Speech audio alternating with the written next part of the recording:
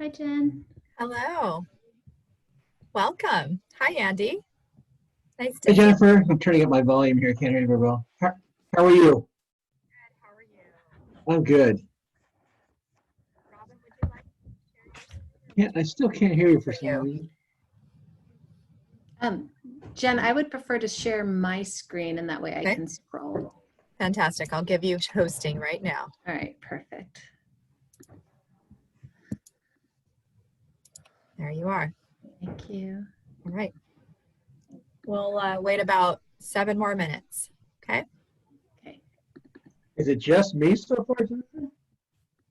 Now we have a crowd coming. Okay. Great. Oh, you know what? I'm going to stop share for a second. I wanted to do my background.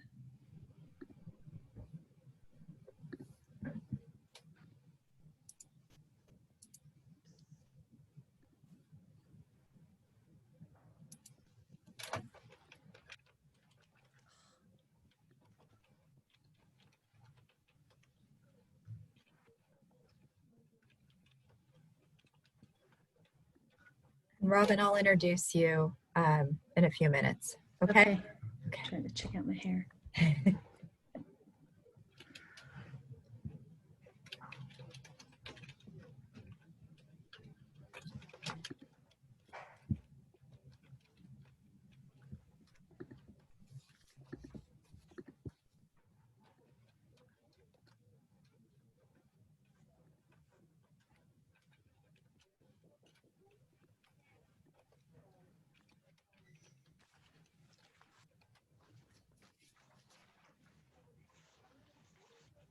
Okay. Hold on.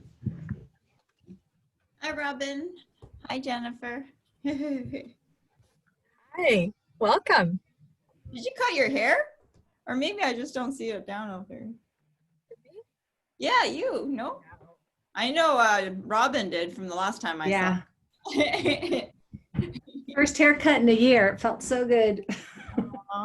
It's open now, Fun. huh? That's good. I'm Need to go. still primping. That's good because it's been really hot, so that probably helps. Yeah. Nice background. It's like your very own. Yeah. Mhm. Branding. Yeah. Yep. Branding's important these days, huh? Yeah. I still remember attending that. It was you and somebody else did it with you. Erica, Yolanda. Oh, Erica, because Mhm. yes, yeah, I remember. And it was right before she had her baby, and I remember her second one. Do you remember that? Yeah. Like, I'll be going to the bathroom a lot. I still Yeah. All right, we'll start. I think we'll give everyone 3 more minutes, maybe. Okay. I'm gonna check our numbers, Robin, see how many we're expecting again. Okay, sounds good. Robin, so since we have a minute, that student, we're gonna have the IEP probably this week and just confirm that it's gonna be at Cold Spring. So done. Yeah, it's working out. Okay. Okay, good. Sorry, we haven't been updating, but that's the. That's fine. That's what I assumed. Mhm. What schools do you oversee? You have a list. I was gonna let me see your list. I just called Armando right now, and he's just like, ah. So you probably have a lot on your plate, all of you. Preschool, Adams, Harding, Monroe, Washington. Yeah. Yeah. But you have all the preschool. I might be in some of those transitions and Oh, see. good. Yeah. Okay, good. I do the infants, so just the transition part. Some of Yeah. it are Oh, good. I'm glad. babies. Yeah. Yeah, I love them. I've enjoyed that part.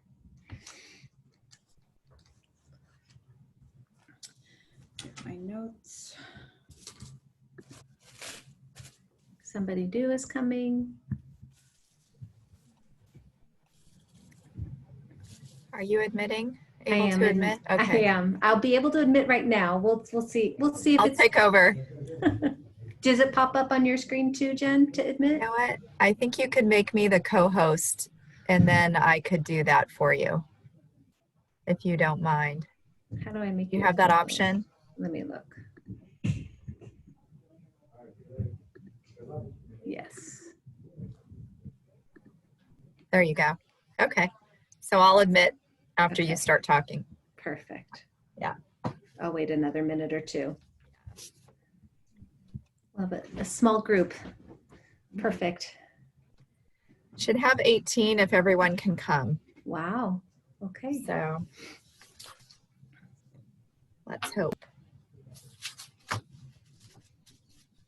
I can't remember. Were you at in Sweden or Switzerland? Finland.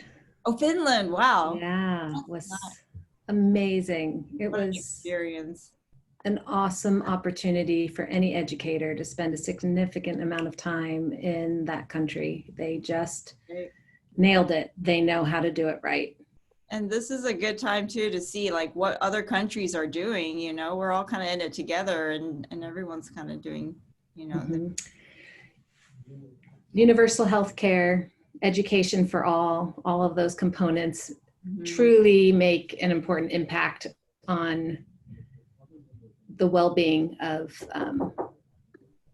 others, you know, of their education. You were there for a while. You're able to really live that. So 8 minutes, yeah. I mean, yeah. 8 months, sorry. I was saying minutes. I meant months.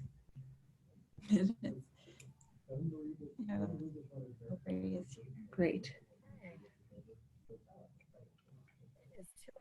So let's get started. So again, thank you for coming to another SELPA training. Welcome all of you. Thank you for spending Tuesday with us. I'm not sure if you've been thinking about it feeling like Monday, and it's not Monday, it's Tuesday. So again, thank you for coming. We have the wonderful Robin Young here, and we're just so grateful to have her. We are going to be speaking today about C.A.P.T.A.I.N, and C.A.P.T.A.I.N stands for obviously California Autism Professional Training and Information Network. So Robin is our content lead for SELPA 805, C.A.P.T.A.I.N lead, and she's going to be sharing a lot of information today on C.A.P.T.A.I.N and the cadre that we have throughout our area.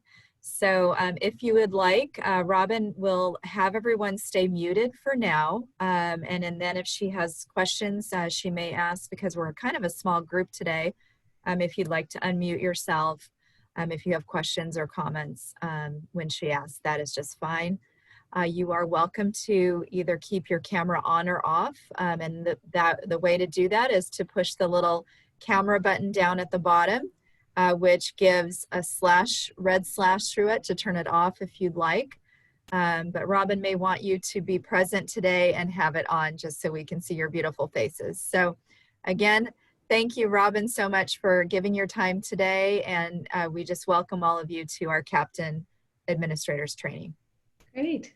Well, thank you for the warm welcome, Jen. And it's good to see some familiar faces, which I appreciate, and also some new faces. So if we can just take a quick moment and let me know who is here, and you can use your reaction keys at the bottom. I wasn't sure how many of us would be able to join because life is a little bit intense, I think, for all of us these days. And so I appreciate those of you that are here, but I'm wondering who here is administrator for special education only.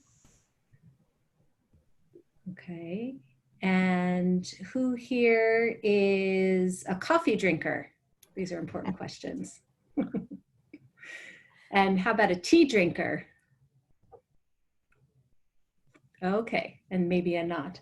And who here is also works with students within the general education? I think we should all probably put a thumbs up for that one. Yes, excellent.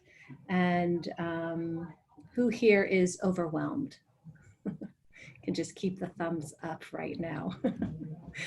Excellent. Well, thank you for sharing. I appreciate that, getting to know who's here today. So our focus is what is C.A.P.T.A.I.N? C.A.P.T.A.I.N is a multi-agency network developed to support the understanding and use of evidence-based practices for individuals affected by autism spectrum disorder across California.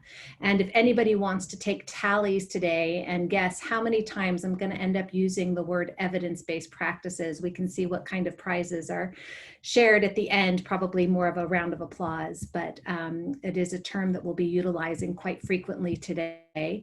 But C.A.P.T.A.I.N is something that is very near and dear to my heart. I've been a cadre member for many years, and then most recently I've become the regional implementation lead.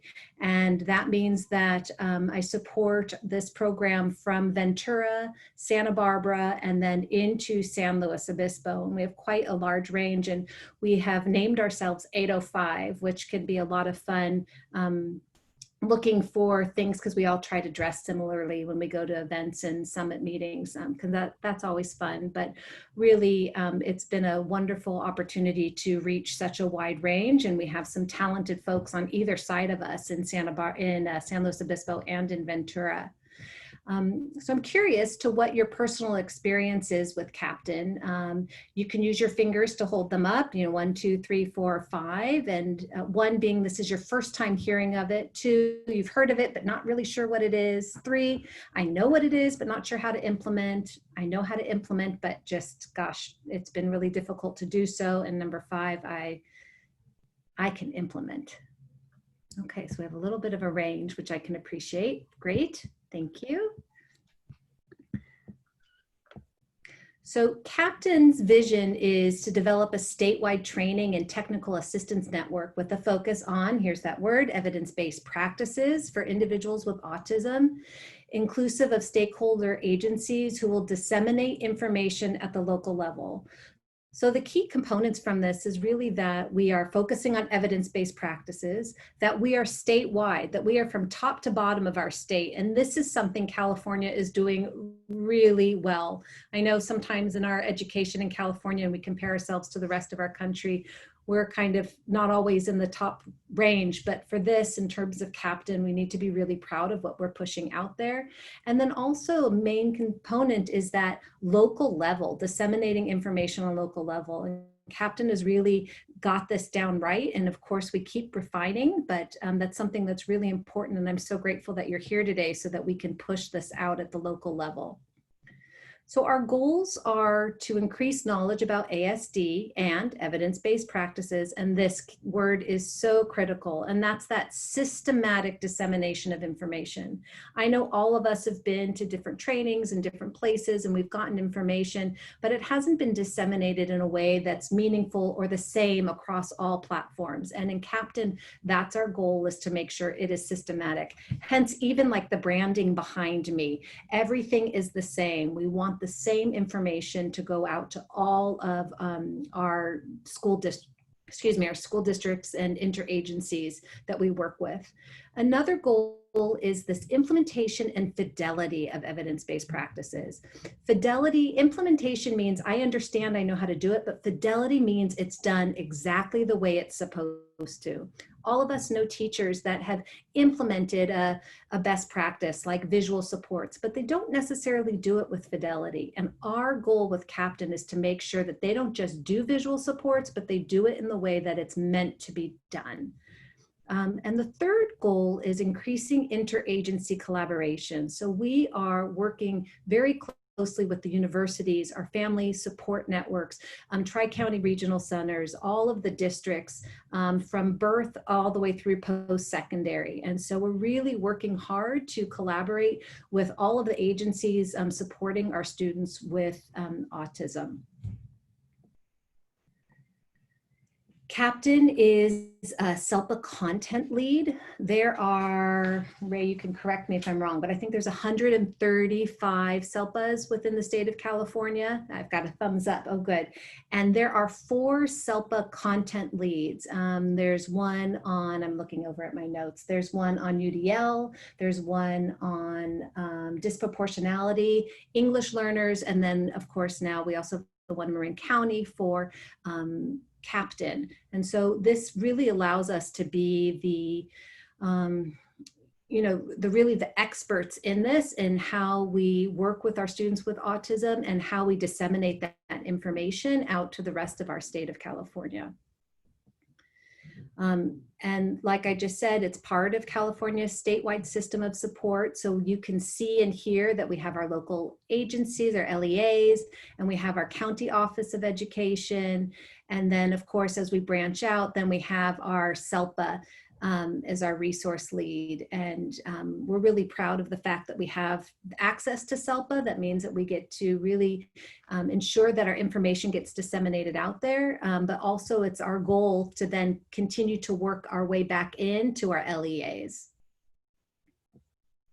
In addition, C.A.P.T.A.I.N partners across California with an array of really strategic partners. We have some wonderful videos and resources available through the Mind Institute with the local SELPAs, the Diagnostic Center, we're very closely aligned with them, Department of Developmental Services, and you can see that we are really reaching out and making sure that C.A.P.T.A.I.N is not just something we keep as a secret, but it's really something that we work across multiple agencies to ensure that we are getting the word across about this hard work in terms of evidence-based practices. So C.A.P.T.A.I.N has a beautiful website, one with a multitude of resources, and they are very much into social media. And I have to admit, that's not my area of expertise, but they are very proud of their social media presence and they really push this out. And really for so many educators, it's been a great way for them to access information. And then of course to our families, because we know that reaching our families, we can have this information as educators, but pushing this out to our families sometimes can be really difficult. And when we utilize social media, we've found that this has been a really great way to ensure that they have access to this information. We don't want to keep it, you know, inside. We want to make sure everybody can locate it. So one of the things that's been really interesting is being a regional implementation lead is Jen asked me, I think it was just last year, to do a presentation on inclusion. And I went up to Santa Maria and it was just a little snippet of professional development. And from that, I came back to C.A.P.T.A.I.N and I said, I just got to speak to them for an hour and a half and I'm not sure what they were expecting. And I brought that back to C.A.P.T.A.I.N and what we created was this kind of hierarchy of what is the purpose of trainings? What kind of PD are we providing? And so what we determined was that even though it was important to do that information session, I should have shared that from the beginning. This is just an information session. We're not expecting you to then go out and implement what we're talking about. A lot of the trainings that we do in C.A.P.T.A.I.N are based on implementation, especially this coaching piece, which you see on the stair right over here. But today, this training is really designed to raise your awareness about this topic. And our goal is to introduce this to you and share resources so that you can access and increase your knowledge and use. But I always feel like, this, you know, visual is so helpful because I'm sure all of us here provide PDs and people aren't always sure what the outcome should be. And so I feel like this is a really neat way to demonstrate that before you dive in fully. So we all know that there continues to be a steady increase in numbers of students in California with autism. We can just even see from 2019 that we have an increase of 5,550 or more students with autism spectrum disorder. And that's over 16% of our total population of students with disabilities. And that's a big number. You know, our focus sometimes is people who work with students with special needs, you know, sometimes that focus changes. Like right now, it's mental health is a big push, but autism isn't going away. So even though it's not a big push anymore, autism isn't going away. The numbers continue to increase, and we have this beautiful resource of C.A.P.T.A.I.N at our fingertips. And so we really need to continue to bring it to the forefront so everybody has access to all the hard work that's gone into creating these resources. So if we look at how many results, and this is something you can take yourself off mute, how many results do you think you would have if you did a search for autism treatment, if you were to Google that? What number would you get? Big number. A big number? Yeah. Yeah, it's mind-blowing. Are you ready? Oh my Over goodness. huge amount, and that was in May of 2020. So imagine our families or our educators that don't have the support needed, and they go online and they type in autism and supports. They have so many to choose from. How are they supposed to choose? How are they supposed to know what they're supposed to implement to support their students? Yes, Andy. Oh, we do a question. So, I mean, that's such a dramatic increase on that slide you had before. I mean, I knew it was significant, but I didn't know how significant it was. I mean, I've been On this on a one? public school campus for 20 years. I've just seen it. You see it in these kiddos. But one question I have is part of that increase, and I'm sure it's not all of it at all, but is part of the increase that we're better at identifying students that have autism, and maybe some kids that don't have it as severe, we're seeing it now, or is that not the case, Robin? So that's a great question, and one that I think that we all enjoy having those conversations about. Yes, absolutely. There has been an increase because we're identifying, we're better at identifying, but there are so many other components of it too. I think that, just the supports and services that children are getting, and we're teasing it out a little bit. Maybe before we would have said emotional disability, or we would have said intellectual disability, and now we're able to see it's more clearly autism is a primary eligibility. I think there's really a lot of components embedded in there, and one that I would enjoy having a further conversation about. I'm not sure if everybody else would, but I think there's not one answer. I wish. Maybe that's my doctoral degree. There we go. I'll focus on that.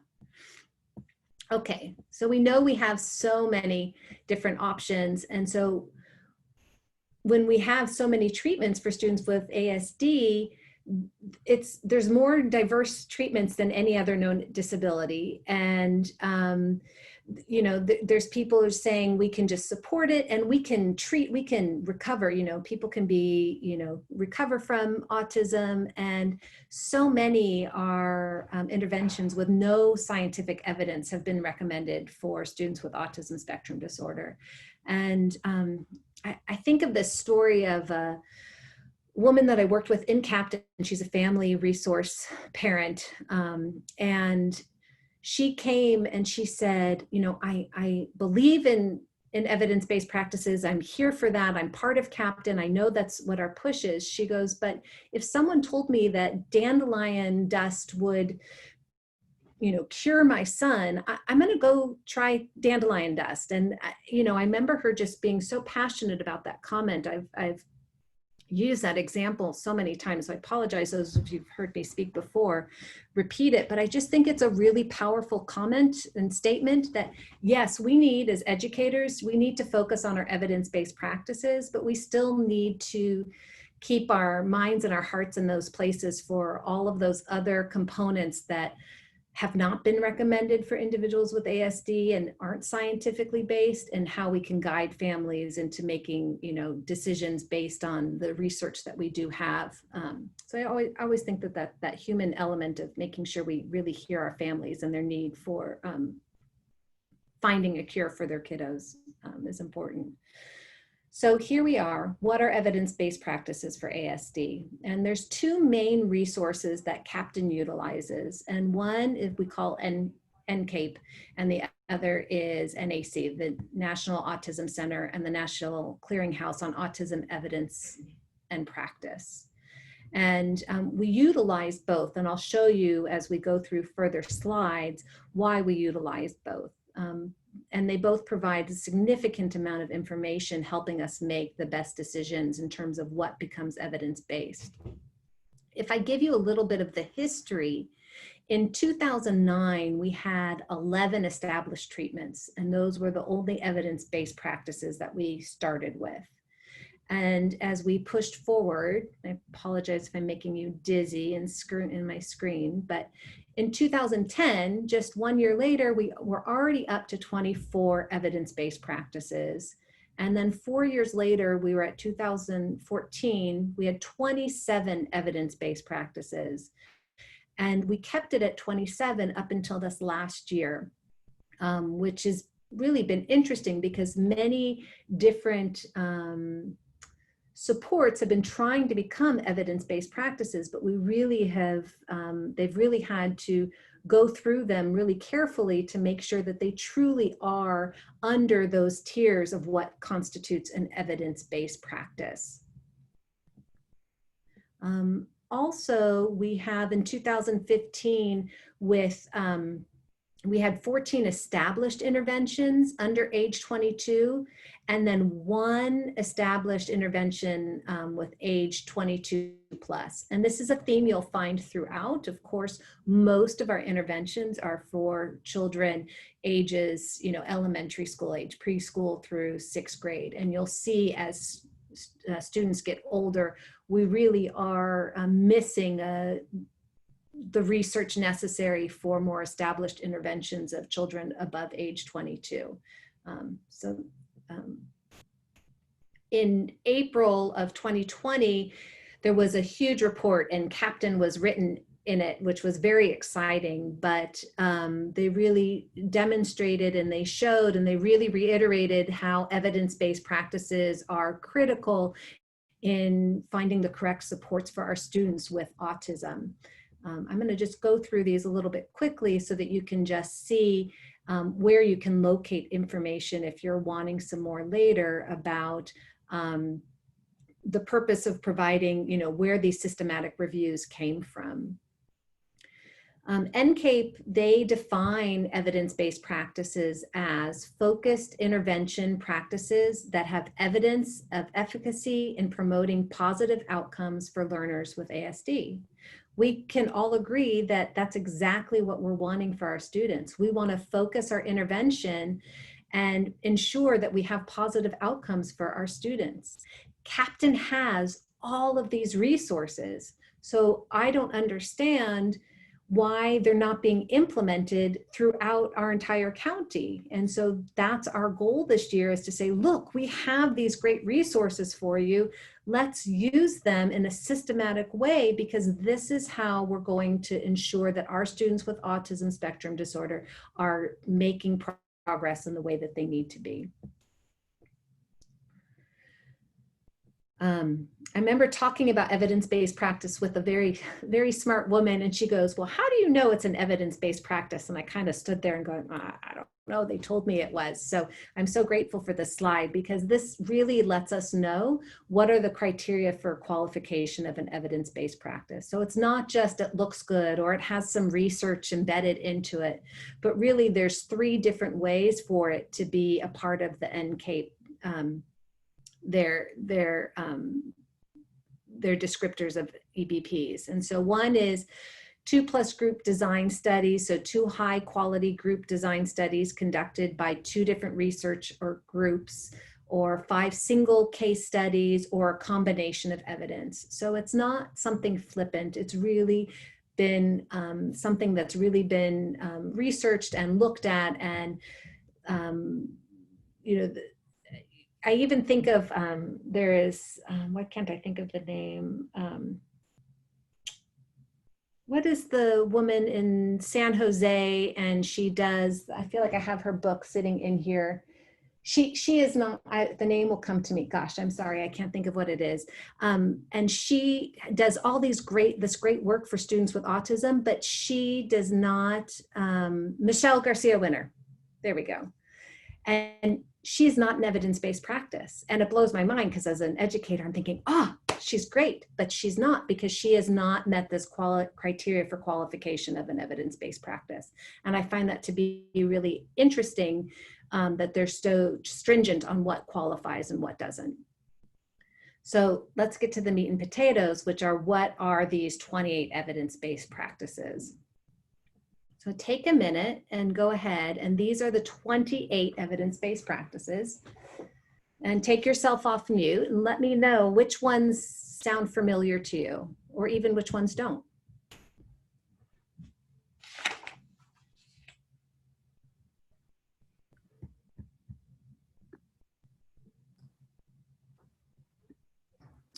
I'd say about half of them. Some of them, I think I just don't know the name of it, even though I practice it. Or I you know, as a teacher. Mm-hmm. Music mediated intervention, that looks new. Is that a newer one that's on there? Say that, which one again, Stacy? The music mediated. Yeah, that is new. Yeah, that was new. Uh-huh. So you can see as you look at this list, there's many things that you know of. You know prompting, you know reinforcement. Anybody in education knows that.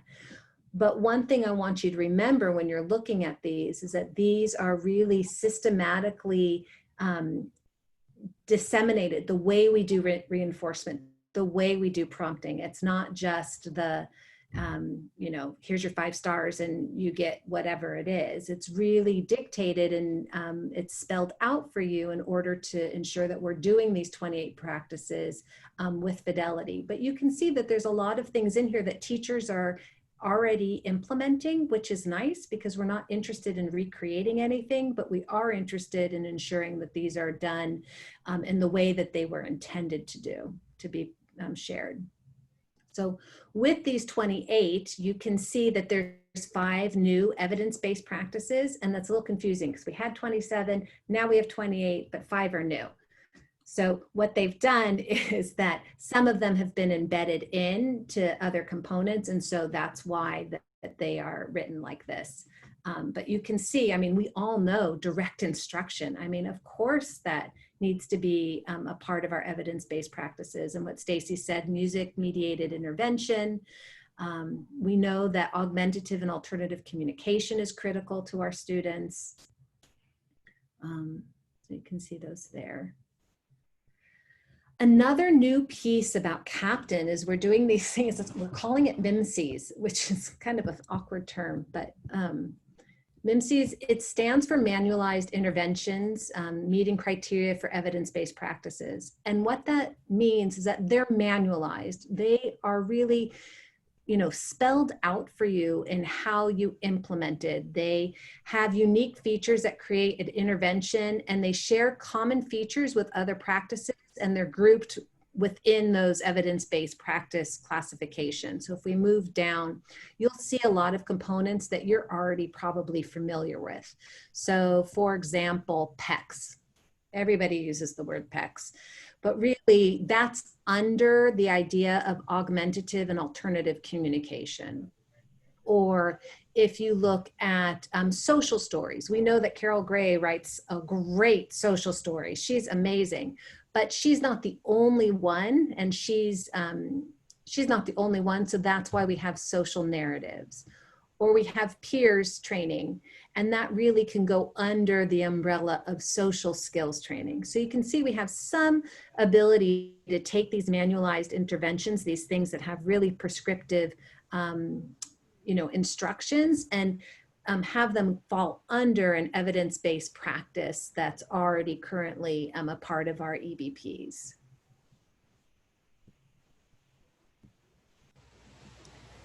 There's also some focused interventions with some evidence, and you can see here like handwriting without tears would be under modeling or prompting and visual supports, or you can see theory of mind training, which would go under social skills training. So a lot of the things that we already know are good practice. They're a focused intervention. We can kind of mold those into some of our EBPs, like touch point instruction. I mean, so many classrooms I've been into and they do touch point, and I'm like, but really we can look at that and we can say, you know, that's a visual support that we're providing that student, and that's why we consider it to be a best practice. I'm gonna move on. So this is the part where it gets a little tricky, is because we have some that do not have sufficient evidence to meet criteria for an evidence-based practice, but they might be things that you might know, or families come to you with information saying, I want this, you know, in my child's IEP. And we can say, oh, what a great, you know, intervention, but we don't have enough evidence to offer that per our district, because we're only going to be providing evidence-based practices, you know, for our students with IEPs. So it can be a conversation and you can tease it out, but I think it's also very interesting to see some of these that we have here. I'm sure all of us have had families ask us about them, and they should ask us about them, but we can help guide them into a different decision when asking about what supports to provide their children. One of my favorite things about C.A.P.T.A.I.N is that every evidence-based practice has this beautiful, I'm very visual, has this beautiful fact sheet, which explains the definition of the intervention. It goes over the age range, the outcome areas, and even references for those families or those teachers or educators or administrators that want more information in their free time right now, because everybody has so much. But go ahead and find different references and articles that really demonstrate the evidence for the efficacy of the practice. And so we've had in past districts that I've worked at, we have created we have printed up, I know, waste of paper, but I need it hard copy. Printed them all up so that we have access to them. And then as we've met with families and we're explaining to them what we're implementing in our programs, we're able to hand them this sheet that lets them know what it is that we're working on. And then also for our new teachers or our new administrators, or other teachers and administrators have had other experience and they need refreshers about what it is that they're looking at, this intervention fact sheet is available for each of the evidence-based practices. And you can find all of this on our C.A.P.T.A.I.N website. I do have to say the C.A.P.T.A.I.N website, you know, I wish I could tweak a few things here and there, but once you get on it and you start playing around with it, if you go over to the C.A.P.T.A.I.N website and if you can see where the C.A.P.T.A.I.N resources are, and then it will take you to the links of the matrices. And it's also in Spanish, which is super helpful for so many of our families and so many of the programs for students that we support. So here we have a list of all 28 evidence-based practices. And at first glance, this chart looks overwhelming. But if we take a minute and I guide you through it, you'll understand it and you'll think it's just as brilliant as I think it is.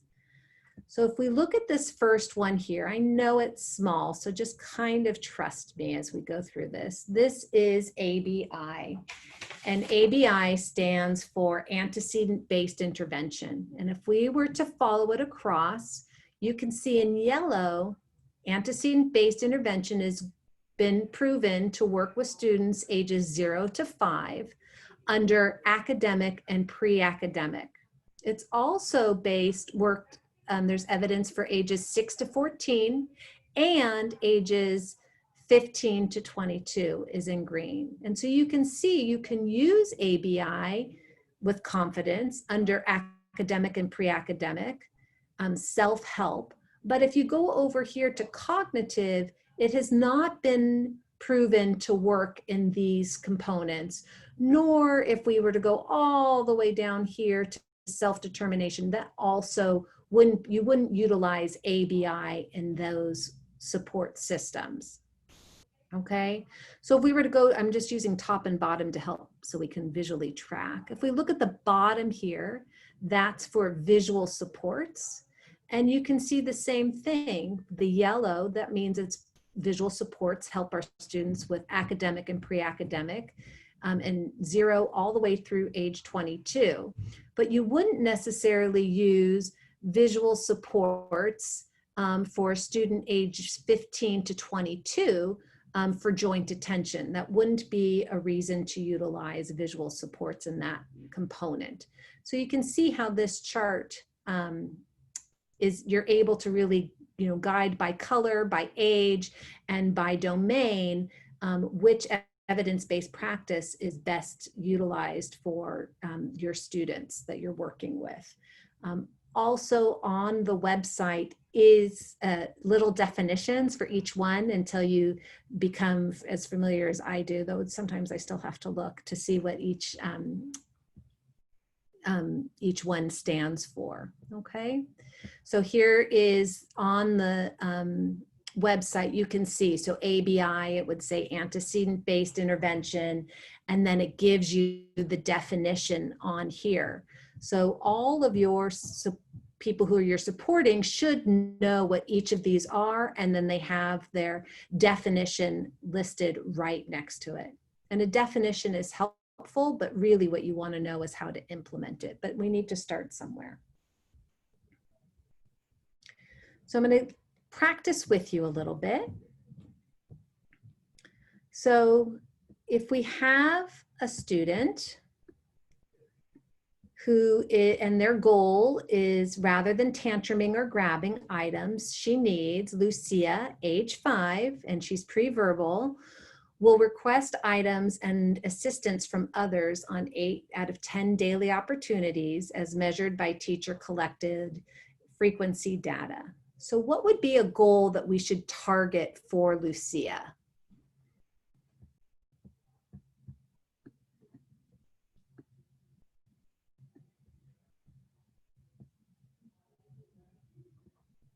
So what is the goal targeting?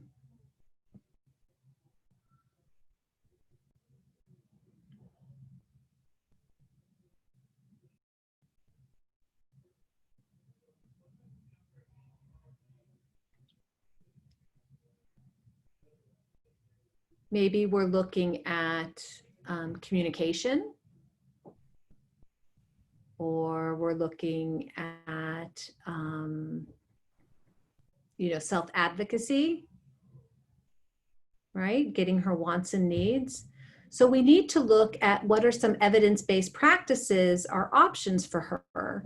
So we would go down to our evidence-based practices, and we know she's 0 to 5. So we want to look at the yellow components, and let's look at communication, because I think she's trying to communicate. So we have all of these different evidence-based practices at our fingertips of options to support Lucia's goal. We wouldn't necessarily go to,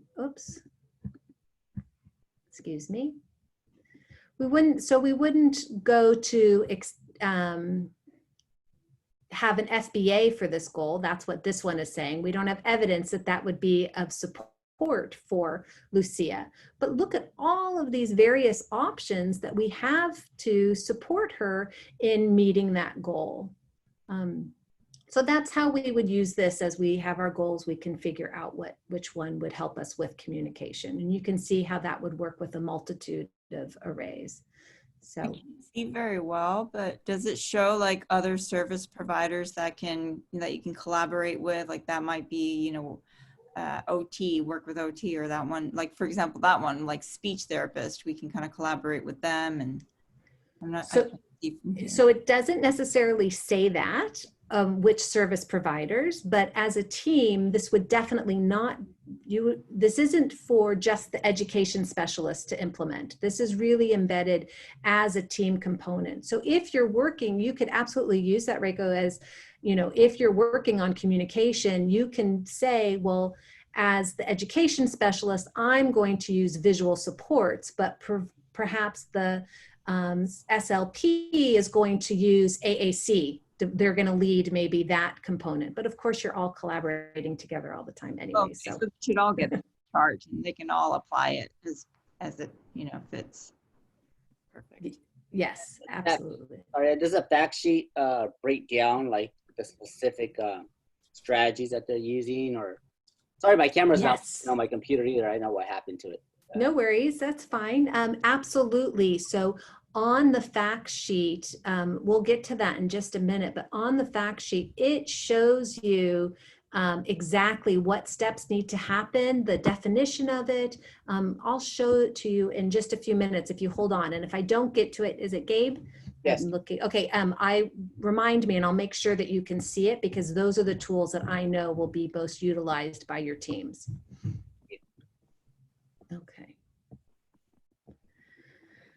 So when we're implementing our evidence-based practices, we know that fidelity is absolutely critical. So this means implementing an intervention in the same manner in which it was done in the evidence-based research. So we have all seen people say, well, I use visual supports, and we go in and we might see some pictures up on a wall and we're like, oh, they're there, but they're not being implemented. You know, they look pretty, or, you know, they've kind of checked it off their list. But we need to make sure that we're implementing this intervention, visual supports, in the same manner in which it was done in the evidence-based research.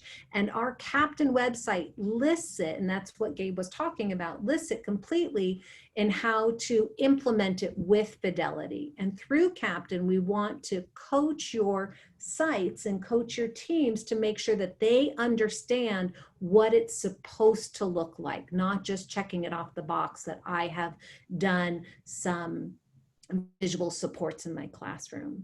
And one of the beautiful things about C.A.P.T.A.I.N is that C.A.P.T.A.I.N offers coaching. And when we look at this data here on this page, you can see, like today, I'm very aware that I'm going to present this to you, and you're going to have knowledge of content about 10%. You're going to maybe leave with 5%, but by the time it goes back to your office or your program, it'll be 0%, because that's just what a presentation, especially during Zoom, well, this is what happens. But when we have coaching plus administrative support and data feedback, which is the backbone of C.A.P.T.A.I.N, look at these numbers. 95% of implementation will be fulfilled. And I just am blown away by that. But as administrators, you really need to buy into this piece of coaching with your support, because the coaching also provides that data and that feedback to ensure that we're doing everything with fidelity. To me, these numbers are mind-blowing, just the fact that the coaching piece has such a huge impact in how we push forward our use of evidence-based practices. So we know the implementation fidelity is critical. And so that means that we're utilizing checklists for the evidence-based practices, and we have all of those already ready to do. Nobody has to make anything. We already have all of the checklists out for each evidence-based practice. We have fact sheets. We have these amazing self-learning modules, which many of your paraeducators might have had access to in the spring when we all turned into panic mode and provided professional development for our paraeducators on the Affirm modules. Attending trainings on the EBPs by Captain Cadre, which Santa Barbara has several coming up. And then also this access to coaching on evidence-based practices until fidelity is attained. And we continue to provide that coaching until we can get to that attainment, until we can demonstrate that our sites are implementing this appropriately. So I was talking about these Affirm modules, and it's free. It's from North Carolina, Chapel Hill. We've gotten to work with them quite a lot, which has been great. A wonderful, smart group of individuals, highly dedicated into pushing out these Affirm modules. And there's a module for almost all of the 28 evidence-based practices, and they're user friendly. They're great for our paraeducators, they're great for our families, and they're great for our teachers. And inside each of these, and they're free, which is even better.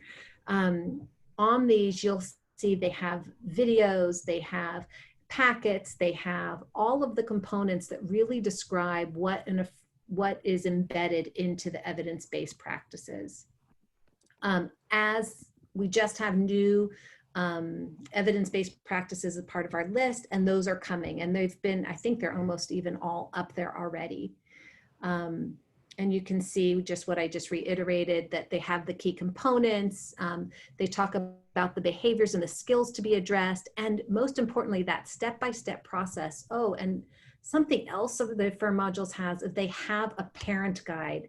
They have what a parent could utilize in understanding what the AFFIRM modules are and what the evidence-based practices. So I've definitely printed those up and handed them to parents. I've also printed them up and handed them to some of our paraeducators that might need something that's not utilizing so many technical terms. And that's under the AFFIRM modules, which you'll find on our website, C.A.P.T.A.I.N website.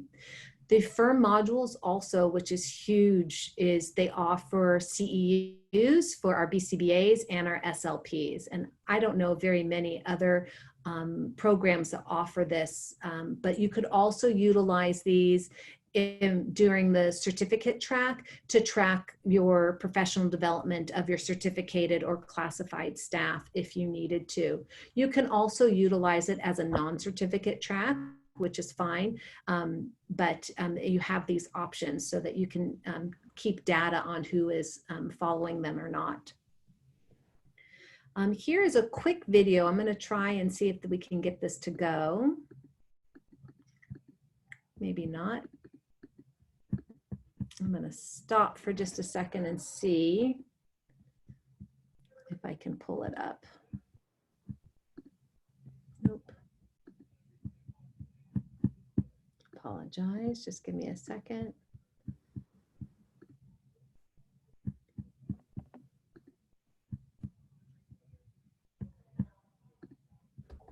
All right, I am going to pass because it's not pulling up.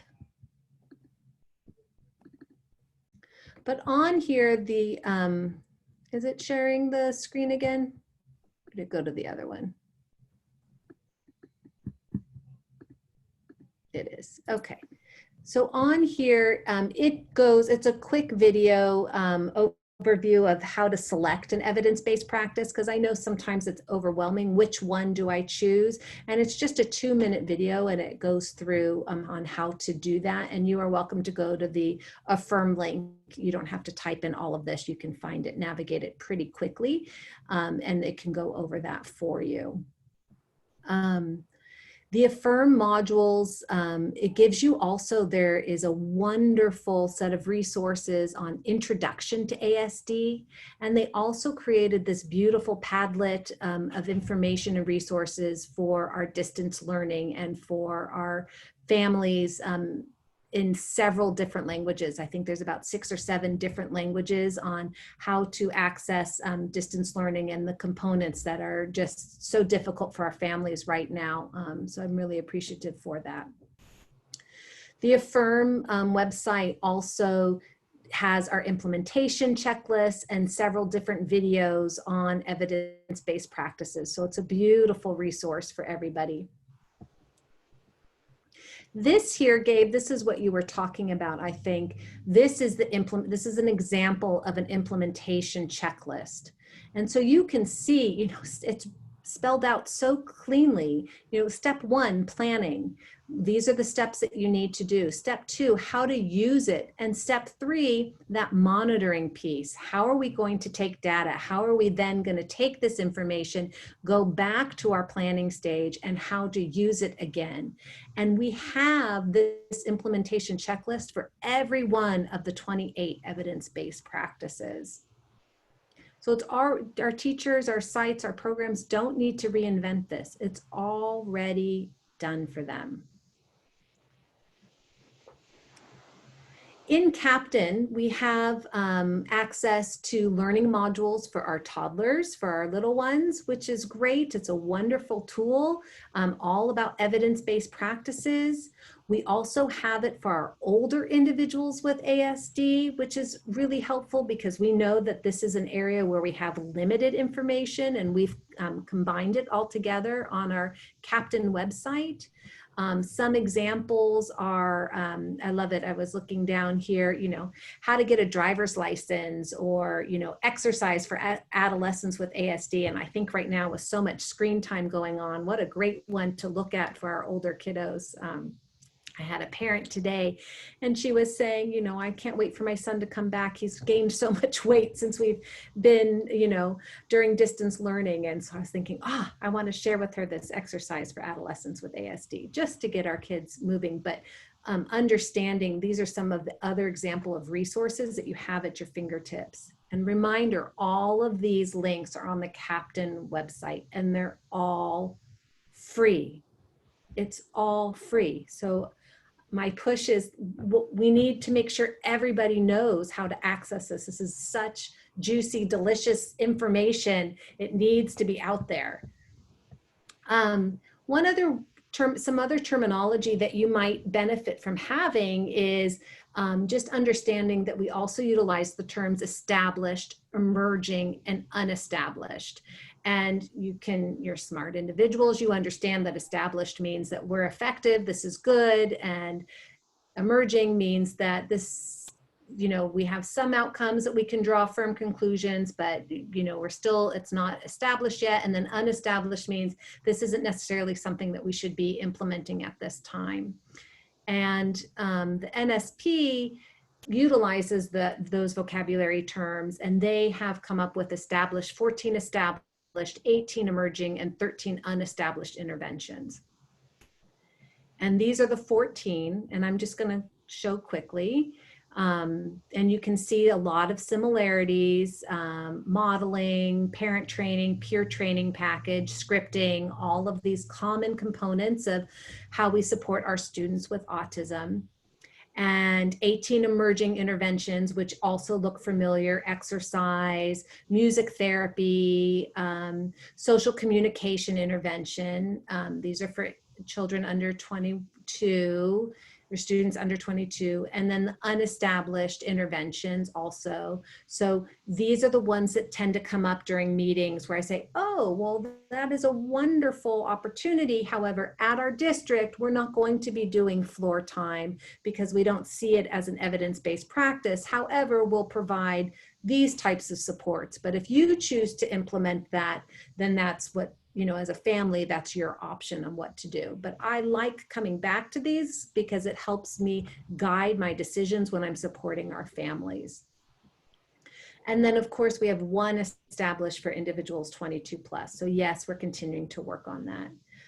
NSP also has an example of evidence-based practice fact sheets, which are user-friendly.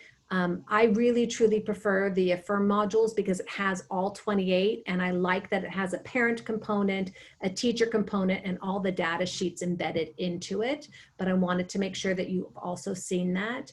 And just that the recommendations for intervention are those established interventions, that those are what they're pushing, or the ones that are established. And then emerging, we generally do not recommend these. And then unestablished, we would recommend considering these interventions only after additional research has been conducted, because we never want to say no. We never want to say no to the dandelion, you know, dust that I talked about in the beginning, because we just don't know what the research is. But we do have to say, we're not going to recommend it at this time. So we have these two programs, NSP and NCAPE, because it's great to see these two compare, because there's constant overlap between these two the evidence-based practices identified in these two independent reviews. And so it just really clarifies that we are doing the right thing in terms of pushing out our evidence-based practices. So as a C.A.P.T.A.I.N member, this is what we recommend: the 28 evidence-based practices from NCAPE, the 14 established interventions from NAC, and the one established intervention from ages 22 plus for NAC. So why are these two evidence-based so important? It just reminds us the effectiveness and how we're making these informed decisions to reach the full potential of our students with autism spectrum disorder. And going into a meeting or training our staff on evidence-based practices, I like having this research in my back pocket so I can pull it up and feel very confident in pushing this information out to the educators that work with our students with autism. And of course, we know that implementing evidence-based practices goes right along with IDEA, which is critical for the work that we do for students with disabilities. And I'm just going to go through the next few slides that you can just see that in the definition of IDEA, it's based on peer-reviewed research. And Part C, early intervention services based on scientifically based research and peer-reviewed research, and California Ed Code, peer-reviewed research, and just showing you that we're being told to use evidence-based practices. We're being told by, all of our Senate bills, and this is what we need to be implementing. And so it's critical that we utilize evidence-based practices, and C.A.P.T.A.I.N has it all set up ready for you to share with your sites. The Lanterman Act, continuing evidence-based practices. Look at all of this, evidence-based practices. Has anybody been taking a tally of how many times I've said that already? Should see if I can break a record sometime today. Even with our American Speech, Language, and Hearing Association, evidence-based practices. So it's all around. And so the most important reason to use EBPs, they work.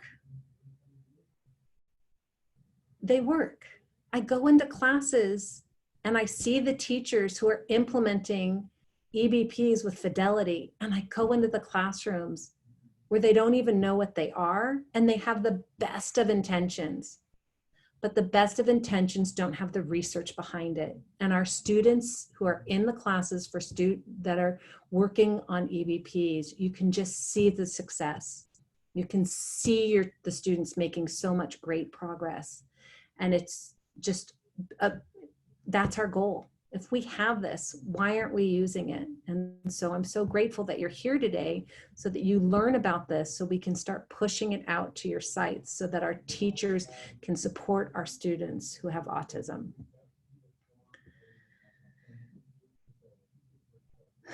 So how do we get EBPs implemented by everyone? This is a challenge, and it's a really difficult component because we have so many barriers.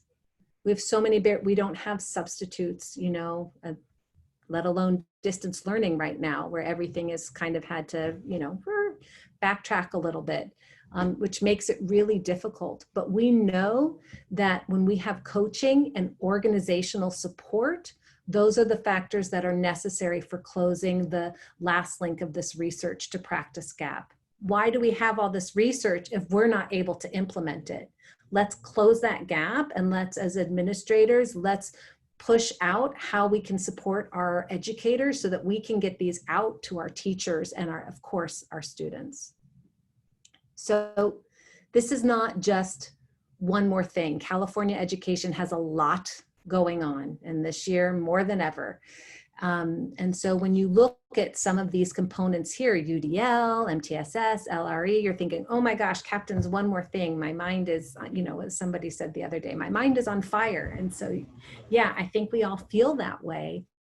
But we need to know that C.A.P.T.A.I.N aligns with these, with these initiatives. So it's not one more thing. We have these beautiful infographics that show how C.A.P.T.A.I.N aligns with MTSS.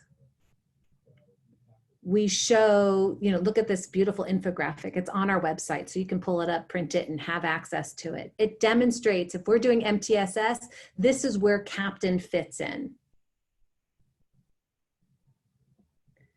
We go to universal design for learning. Multiple ways to teach content, multiple ways to engage all learners. Look at this infographic. It's on the C.A.P.T.A.N website. It shows exactly how C.A.P.T.A.I.N is able to work right in collaboration with UDL. It's nothing new. It's just adding a different vocabulary term or teaching our sites how to access, if your big push is UDL, then how you can bring in C.A.P.T.A.I.N as a part of UDL. If we're looking at PBIS, we have evidence-based practices for behavior. So if your district or your, your LEA or your organization is focusing on behavior, then we're going to share with you evidence-based practices that are focused on behavior and evidence-based practices for ASD. It's already here for you. Don't go research this on your own. It's on the C.A.P.T.A.I.N website, ready for you to implement. And then, of course, our evidence-based practices for high leverage practices with the CEC. And you can see how they're connected right here from the, the HLP, using number 16, use explicit instruction. And then that under our evidence-based practices, we're talking about discrete trial teaching, modeling, video modeling. It's already linked on here for you, so that when you are speaking, you are able to share this with your sites on how to link these together. And then, of course, how do we align EBPs with inclusive education? And we have this other infographic right here talking about these are the best pieces to use when we're talking about inclusive education. And these are the EBPs that we would suggest implementing to get inclusive practices moving forward. I know in the district that I'm currently working in right now, we're really focused on English learners with disabilities, and we already have evidence-based practices that are aligned with English learners with disabilities and what evidence-based practices we need to be implementing in order to address this area of concern for our students.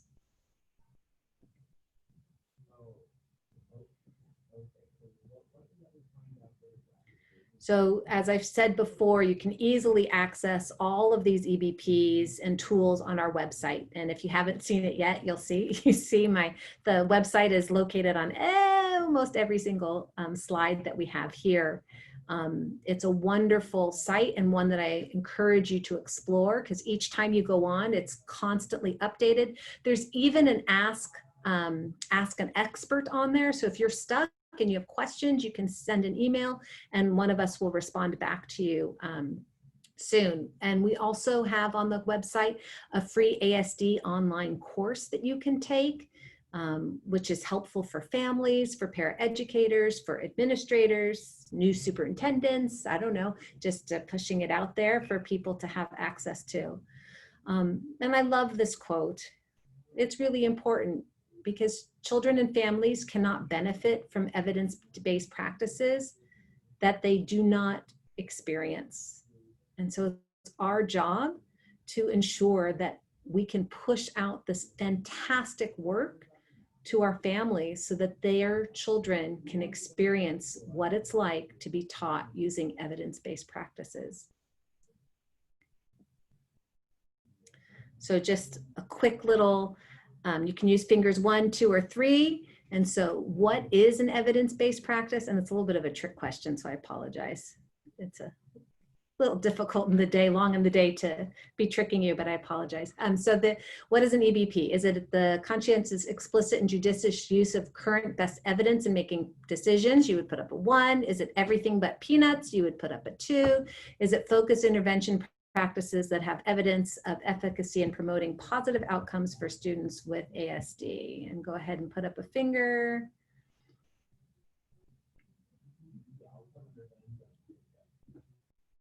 And those that have their videos on, good job, thank you. Actually, it's 1 and 3. I'm glad nobody put a 2. Thank you, phew, I did my job, excellent. Just to keep you on your toes. Okay, so now for the last part of our time today is I'm going to talk to you about Santa Barbara SELPA and C.A.P.T.A.I.N 805. And what you can see is that we have multiple regions. We have 17 C.A.P.T.A.I.N regions throughout the state of California. That's a lot. C.A.P.T.A.I.N 805, as I shared before, is from Ventura up through San Luis Obispo County.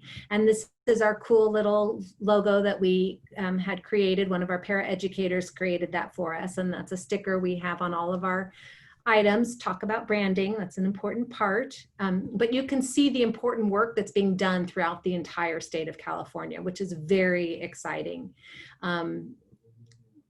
So last spring, Ray and I sat down and created a proposal for Santa Barbara.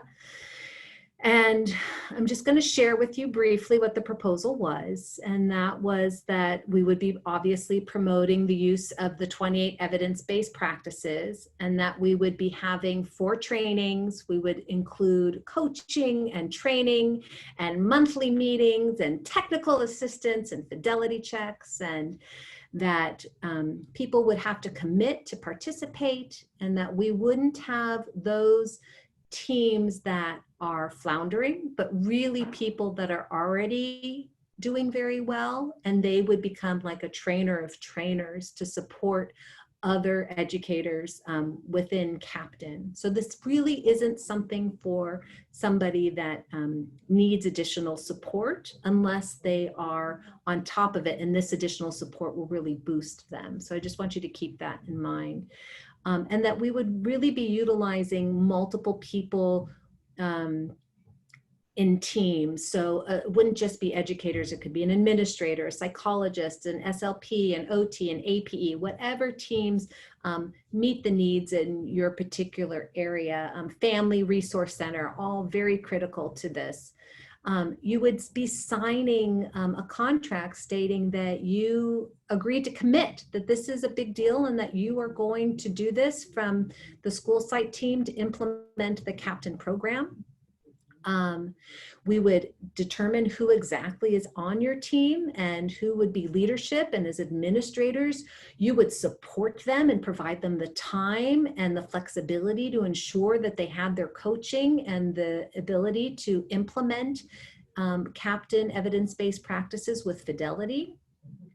And we had this beautiful, I'm so sad looking at this at the moment, this beautiful schedule of what we would implement when. You could see that we would have an overview of C.A.P.T.A.I.N, that we would be providing C.A.P.T.A.I.N meetings on a monthly basis, that we would be doing something called APERS, which is an autism performance evaluation, environmental scale, to really go out and see how our programs are doing and what they need to be implementing to be successful. And how each site wouldn't just meet with the SELPA, but also meet as a site, and what they would do at each site to really ensure that they are committed and they're able to fulfill the responsibilities as a C.A.P.T.A.I.N, as participating in our C.A.P.T.A.I.N program. But, you know, I think we all know that then 2020 had some other plans. So we have Plan B. And this is what Plan B looks like. So on Wednesday, September 30th, we're going to be meeting from 2 to 3:30, and this will be an introduction. And so I really want you to go back to your programs and really look at people that would benefit from being introduced to C.A.P.T.A.I.N, to really understand the resources that are at their fingertips, and be able to meet the other cadre members that are in Santa Barbara in our 805 area. And then on the 21st of October and on the 9th of December, we'll be meeting with them kind of like a PLC model, as an opportunity to discuss and talk about fidelity and implementation and to answer questions. And then our hope for spring is that we can dive back in fully to our original plan, which is having a second cohort, which would then, I guess, become our first cohort, excuse me, and then really dive into evidence-based practices and really looking at that coaching model where we are going in and providing supports for our programs, for the teams, not just meeting with them, which we can via Zoom, and we can coach via Zoom, but do all of those things in the spring. I think we're all in agreement that right now people are a little overwhelmed. And so having access to this information is critical and important, but we need to get creative in ensuring that C.A.P.T.A.I.N doesn't go away, that we really do this in the way it was intended to do, which in our hope is in springtime we'll be able to do that. I want to share with you some examples of the things that we utilize in C.A.P.T.A.I.N so you can really see the systematic components embedded into our C.A.P.T.A.I.N when we're coaching. So you can see we have our classroom observation forms are already completed, and we can go in and see what it is that's being done in the classroom, and we can look on the types of fidelity that they have, the percentages, and we really look at what's happening, getting in the baseline and going through the various phases and stages, working with programs and seeing how we can make progress when we're doing our classroom observations. As coaches, we have our own implementation fidelity checklist, what we as coaches are required to do. So no matter which coach you're working with, we will all be doing it the same way. That's C.A.P.T.A.I.N from San Diego all the way up to the top of California. We all provide coaching utilizing this fidelity coaching list, checklist. We have to maintain coaching logs and making sure that we're documenting the supports that we are providing your teams. In terms of our own checklists for our own professional development that we provide, we have to ensure that we follow these 9 steps. I'm showing this to you so that you understand the work that has gone behind it and the systematic approach that we have to implementing C.A.P.T.A.I.N throughout our county. And then of course, we all want celebrations.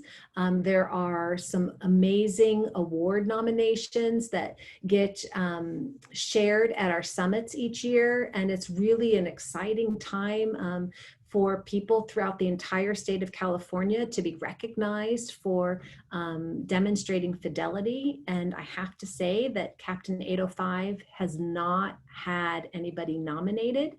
And it's our goal to have several programs nominated this year because it's important to share the critical work that Santa Barbara County is doing, and we need to be recognized for it. And then this last part here is just like a little gift, and it's on the C.A.P.T.A.I.N website, but as administrators, it's an ASD program administrative walkthrough checklist, and it is beautiful. So if you get the chance to explore the C.A.P.T.A.I.N website, you'll find this on here. It's about 7 pages long. And as you are going through your programs for students who have autism, you'll be able to see which evidence-based practices you should be looking for when you are doing your walkthroughs of your classrooms. And this is a great tool to use as a conversation. It's a great tool to demonstrate, your knowledge of autism, or to share with administrators that need further information about autism and what a program should look like. It is one of my favorite tools to share with administrators. Also on the C.A.P.T.A.I.N website, I shared at the very beginning, is the Padlet. And it's about the school closures. It's in several languages, or we have access to multiple languages. I want to say 6 or 7 languages are on there, and it's just such a great resource. I can't believe they turned around and had it ready by like the beginning of April last year. And so it's something I know we could still benefit from sharing with so many of our families. Excuse me. You can see here. And then just as a reminder, upcoming dates, I want you to be thinking about your teams, make them available for the September 30th, October 21st, and December 9th for this year. Let's get our teams excited. I know this is not the in-depth vision that Ray and I had, back in spring, but let us keep tabs on your teams and get them excited to be a part of this group so that once we can dive in deeper, we have a group that's committed and ready to go so that we can nominate them and we can be known throughout the state of California as, this just amazing region, C.A.P.T.A.I.N 805. So I am wondering if you take yourself off of mute, if you will share just real quickly a resource that you will share with your teams or your programs. I did this quickly. I wasn't sure how many people would be here, so I apologize if that looks a little rude. You have 30 seconds or less, but try to keep people moving, efficient. So if you would take yourself off mute, and then I'll call on you by name. So be ready. I hope I don't put anybody on the spot. I'll go ahead with Kim. Hello. Hi. I plan on going to the website. I'm sorry, I wrote it down somewhere. Yes, and I wanna look into the last thing that you shared in terms of like what I should expect to see, evidence-based practices that I should expect to see in classrooms where teachers are working with students with autism. And I'm also thinking I have a lot of friends who have children with autism, and I'm thinking that it might honestly be something that I could share with them, since we're remote learning right now, that they might be able to use at home with their own kids. Perfect. Excellent. Thanks, Kim. All right, Shelly. Hi. Hi, let me turn my camera on. Hold on. There we go. Can you hear me? Okay. Yes, I have a toddler running around, climbing all over me. You're good. Marking me with marker.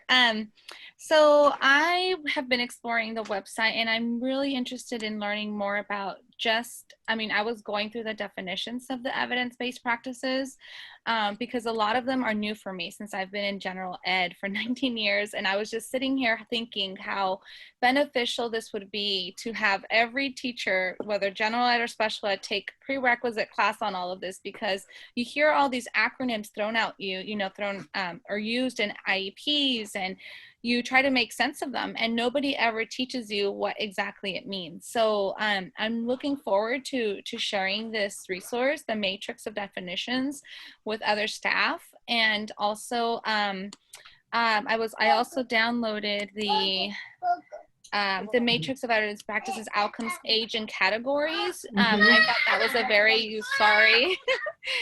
useful tool that I want to learn more about. And Perfect. Thank you, Shelly. Thank you. Sorry. Perfect. No worries. All right, Gabe. Well, I think just the website itself, I need to explore that C.A.P.T.A.I.N website more. I didn't know that was available. I've been in administration for quite a few years and still never heard of that. And that fact sheet, I think, for the fidelity, that's always a big thing. We write up these IEPs, we write up these FBAs, but the fidelity of it happening sometimes, it really, to be honest, doesn't happen in the classroom. So we don't see the success for certain behaviors or certain goals we try to achieve on that IEP. So I really want to look at those fact sheets and use those as tools during our IEP, and just to make sure we're doing things to fidelity, because that always comes up. Yes. If there's a behavior issue, even to the extent of maybe a possible expulsion, was the IEP or the FBA behavior plan used to fidelity? And every time I've been in a situation where we have a student that's coming up for expulsion, the answer's always been no. You're an MD, things always go back because of, so the IEP wasn't done to fidelity. And Right.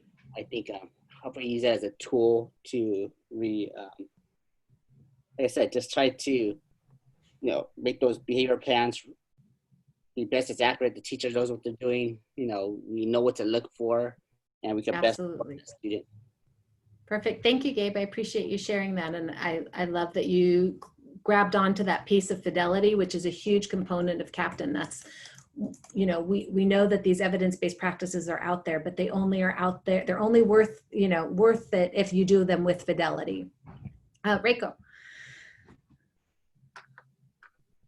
I agree with what everybody was saying. The website is just robust. There's so much on there. I mean, you can get lost, and just finding ones that are helpful and sharing it with not just the teachers, but like you're saying, a lot of other service providers, and as Shelley said, gen ed teachers as well.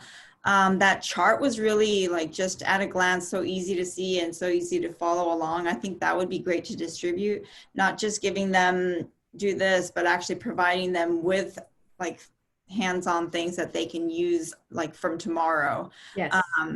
And I think that would be helpful. And then seeing all the evidence-based, I think, you know, there's just so much on there, and I think it's just Good. Austin. I'm glad. Thank Yeah, I was you. wondering about the data, you know, like there's a lot online that they can interact with to get information. So yeah. Perfect. Thank you. Shandy, can I put you on the spot? Yeah, Okay. so I would agree with everything I've been hearing. I'm going to dive in deeper into the website. I just like the consistency and common language that will lead to better fidelity of some of these strategies. So yeah, just sharing them out and diving in a little deeper with everything you shared today. Perfect. Thank you. And Rusty, are you there? Jen, what about you? I love the parent guide. I'm really excited about that. You know, just right now, especially with our families, I think they're dying for information, and to have that available, I think that's just a great thing. So looking forward to looking through that a lot more. Oh, good. And Sakari, I won't put you on the spot. I can go over it with you another time. That's good to see you there. I'm listening though, I promise. No worries.